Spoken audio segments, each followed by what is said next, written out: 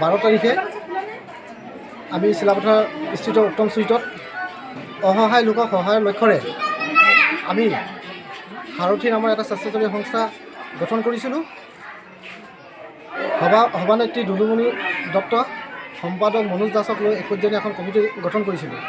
আমাৰ উদ্দেশ্য আছিলে আমি দুখীয়া লোকসকলক সহায় কৰা আৰু শিশুসকলক প্ৰতিভা বিকাশৰ উদ্দেশ্যে আমি এই মঞ্চখন গঠন কৰিছিলোঁ। সেয়ে আমি বিভিন্ন সময়ত লকডাউনৰ সময়ত আমি বিভিন্ন অঞ্চলত বা ফেচবুকত বা বৈদ্যুতিক মাধ্যমত আমি শিশুসকলক বিভিন্ন ধৰণৰ নৃত্য, গীত, ছবি অংকন বিভিন্ন ধৰণৰ আমি প্ৰতিভা দেখিব পাইছিলোঁ।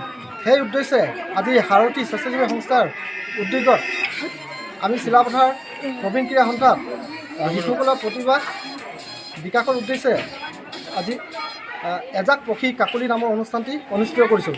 উক্ত অনুষ্ঠানত আমি শিশুসকলৰ নৃত্য, গীত, ছবি অংকন, কবিতাৰ প্ৰতিযোগিতা অনুষ্ঠিত কৰিছোঁ। যিসকল প্ৰতিযোগীয়ে প্ৰথম, দ্বিতীয় আৰু তৃতীয় স্থান দখল কৰিব তেওঁলোকক আমি একোখনকৈ মানপত্ৰ, কিতাপ, বহী, কলম, ৰবৰ, কাটাৰ আদি পুৰস্কাৰে পুৰস্কৃত কৰিম। লগতে যিসকল প্ৰতিযোগিতা অংশগ্ৰহণ কৰিছে সেই শিশুসকলকো আমি বিভিন্ন ধৰণৰ পুৰস্কাৰে আমি পুৰস্কৃত কৰিম। লগতে আপোনালোকৰ এই মাধ্যমৰ জৰিয়তে আমি চিলাপথাৰৰ অঞ্চলৰ সকলোকে আমি জনাওঁ যে প্ৰতি মাহে বা দুমাহৰ মূৰে আমি এনেধৰণৰ অনুষ্ঠান শিশুসকলৰ প্ৰতিভা বিকাশৰ কাৰণে আমি এনেধৰণৰ অনুষ্ঠান অনুষ্ঠিত কৰিম।